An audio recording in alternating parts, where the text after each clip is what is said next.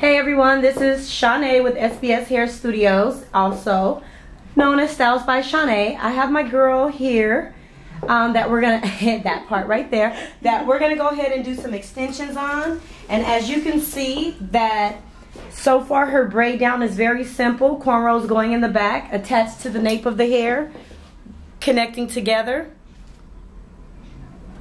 And this is one of my significant clients, love her to death, been with me for years. This particular client has alopecia, but she still has cuticles and follicles that I'm able to work with. So what I normally do is I'll create sometimes a custom wig for her, or we'll give her individuals. And I know you guys are like, how does she get individuals? But I'll try to add in a snippet of a picture of some individuals that we done recently and show you what the fill-in process was for her scalp area. This particular time we're gonna go with she wants extensions. So we have a closure. We're trying out some new hair. We are in the state of California, and this is the hair. It's by Outre Indian Remy. And let's see, let me turn it back this way. It's wet and wavy. So we're gonna go ahead and try. It's supposed to be able to go straight too as well. So at this point, I'm going to go ahead and add the net over her hair. I love to secure the hair with a net. And the reason for that is because when the extensions grow out, it doesn't grow out looking like a hat or get too full because of the new growth underneath. It kind of keeps everything still laid flat, although there is going to be some new growth. So at this point, go ahead and pick up that net right there and show them. This is my preference right here. Let me zoom in on you right there. Just stay right there.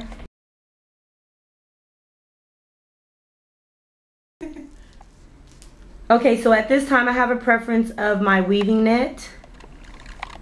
And you can see the net right here in my client's hand, but let me bring this a little closer. This is my preference. It's blue, weaving net. I tell all my clients just that. What do I say? Blue pack, weaving net. Every time. That's it. And when they say, I don't know which one, I'm like, look, I made it very simple. The package is blue with a little bit of red, and it says weaving net.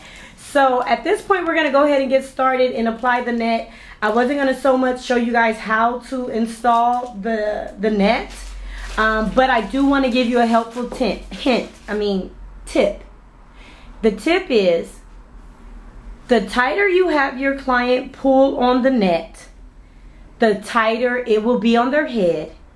And then when you apply or install the extensions, that is tight. So, oh my God, the baby's falling off.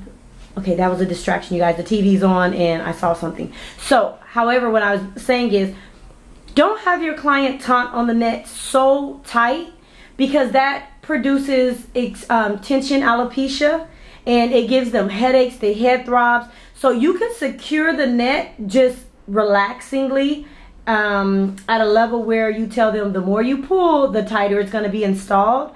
But the less they pull, the more comfortable that the net is, and the more comfortable your extensions are, and you don't have that so much, 3-day wait before it loosens up.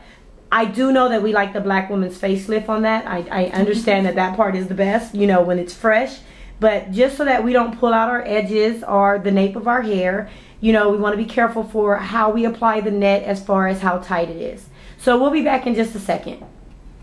At this point, I have the net that you probably can't see so good because it's see-through, but I have the net. It's really long, and that's the reason why I like it. She can get more than one use out of it. And I shape it to the crown, the shape of her head, and you see how I have her holding the net, which is very important. And then I tug as I go around, and then I go ahead and thread and apply it on. So I'll apply it and then we'll be back.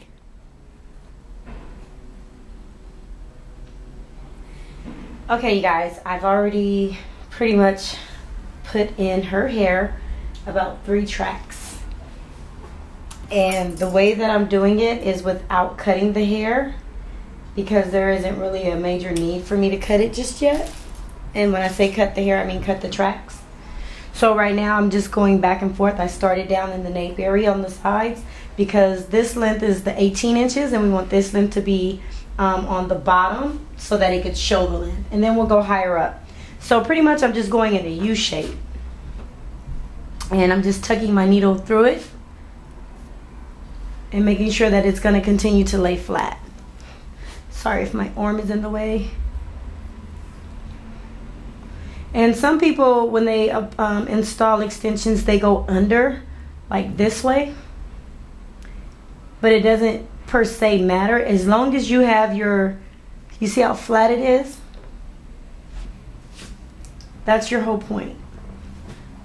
You want your tracks to lay flat so it can look naturally like it's grown from the scalp as your natural hair. So this is how I'm just going to continue to go. And I don't stretch my thread far apart from each other. I try to be very consistent in the distance away. And that's so that no buckling happens while the client is combing their hair, because clients they don't comb the hair or care for the hair like we do out of our presence, because we know what it's like to install it, and we know the mishaps. So they pretty much comb it vigorously. And we're a little more gentle, where we stay off the tracks and we only go on the hair. But because they're coming up where there's other hair gonna be, they just keep brushing and brushing, and that goes ahead and has tendencies to loosen up the tracks. So then they have to come back and get a service to make sure that it's tightened. And a lot of times tighten doesn't mean like making sure that the extensions are tight. It just means reapplying or reinforcing the thread. So I'm going to keep going around to this other part of the front. Consistent. You want the hair from the left to the right, back to the front, to be consistent. So I don't want to put less amount on the right hair and then all the weight is going to be on the right side. No, you want to make sure you do it evenly. And once you get down to the end of the track where there's a certain amount of hair that's left, but it can't be applied from ear to ear or from level to level, whatever you're doing, what you want to do is you want to go in the middle part of that gap of the hook area, and you want to apply that part of the extension. Like I have this much left, I know I could probably go back 2 more times. But if I have like a certain amount left, like this much, I'm just going to go in here and fill in the gap. Or I'm going to take this piece off and save it for another place where I could install it, where it's going to be done evenly. So even distribution is very important when applying, installing extensions. So as you can see, I'm taking it all the way to the point where I did on that side, making sure that it's uniform and it meets at that point. Because I'm done with my thread, I'm gonna take this off. But before I do it, I wanted you guys to see how I do a double knot twice around, pull through, it's tight, reinforcement, I go over another space, and I triple knot. 1, 2, 3, pull through. And then I'm going to take my shears. Because I'm a stylist, I use proper terminology. These are shears.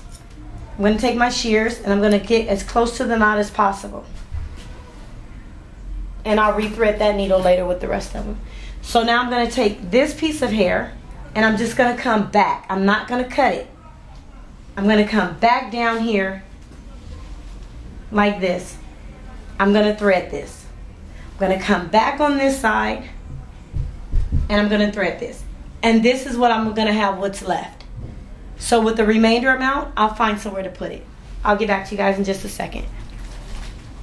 Okay, you guys, now I'm getting to the second layer of everything that I'm doing on my client. Now, I wanted to show you guys a little bit close up where I'm at with her process. And my client is not the first, nor is she the last person who has to deal with alopecia at an early age. For some reason, a lot is going on. But thank God for extensions and the ability to kind of help her strengthen her hair by telling her more frequently to oil her scalp. But as you can see right here in her temples, her hairline has thinned out as well. And it could be a lot of different reasons, okay? But we've noticed that there's been an increase of hair loss right there. It could be from stress, it could be from what we're eating, it could be from tension, from braids, from the extensions. It could be a variety of things. It could be also blood, relating to her blood. It could be a vitamin deficiency, what I'm trying to say, inside of her blood. So however, at this point, I just wanted to showcase to you guys that the extensions that I'm applying, as you saw how I did the braid down, they're now beginning to cover. Every layer that I go up, it's beginning to cover her sides.